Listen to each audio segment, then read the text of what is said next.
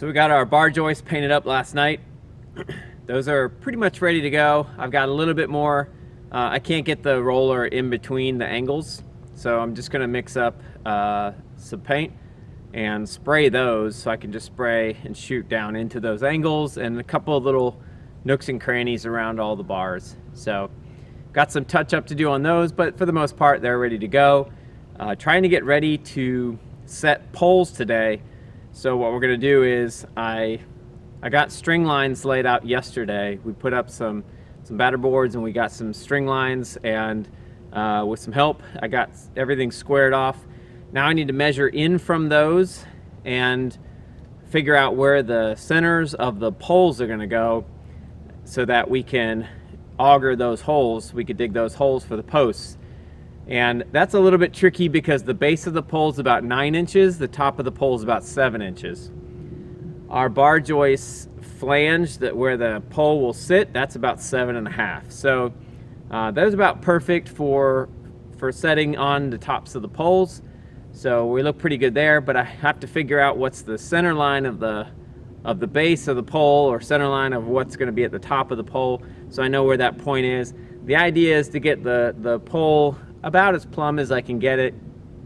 Obviously they're tapered, so that's kind of tricky to do, but the poles don't really matter so much. If we ever build walls, I'll build walls outside the poles. The reason for that is because the poles are pretty wavy, and I don't want a wavy wall, and I don't have to shim it, so I can just actually run the wall right around the poles. So the pole doesn't really matter.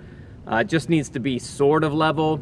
The most important thing is that the centers of the tops of the poles are where they need to be, so that the bar joist, which will be our beam, will sit on those from one side to the other and from front to back. So as long as we can get those where they need to be and get those square, our building should be pretty square. What I'm gonna do is put the hole where I think it should go, set the pole in the hole, and then sort of level it, but at the end of it all, we're gonna put a nail or a screw in the top of the center of the pole.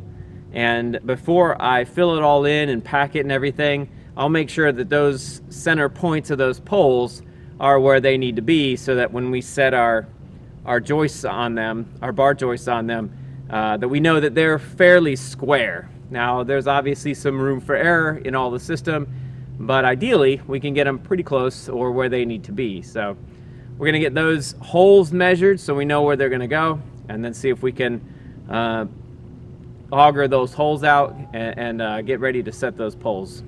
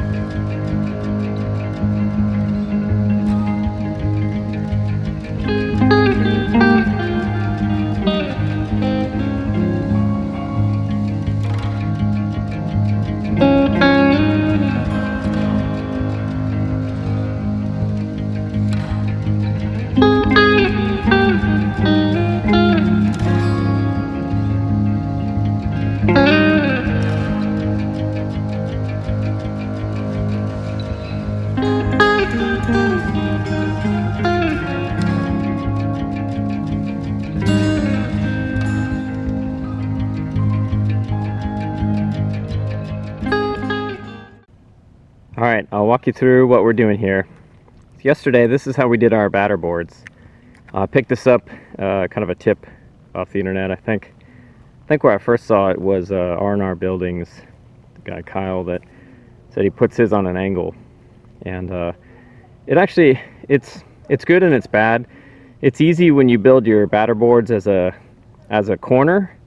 It's easy to kind of move them in a way that is consistent, so you know if you need to go a ½ inch, you can go a ½ inch. But on an angle like this, one of the downsides, you have to kind of play with where you're going to put these screws. The benefit, though, you just use like a 10-foot long board, and when you have no idea where these are going to go, you have plenty of room to run them. The other thing I did is I just used one piece of string. That is kind of a continuous rolled string all the way around, and so we're able to kind of move these. I just put an extra screw in there, and I could move one screw and just move out a ½ inch, move out a ½ inch, move out a ½ inch. I thought it would be easy that I could put a screw there and put a screw on the other board and just pull the line and make it right, but it didn't work out quite like that. In the end, though, I wound up with a square, set of string lines that I could measure from. I do a lot of work by myself, and so I have to bring my helpers out. Brought my helpers today, and they're able to hold the tape for me when I go from end to end.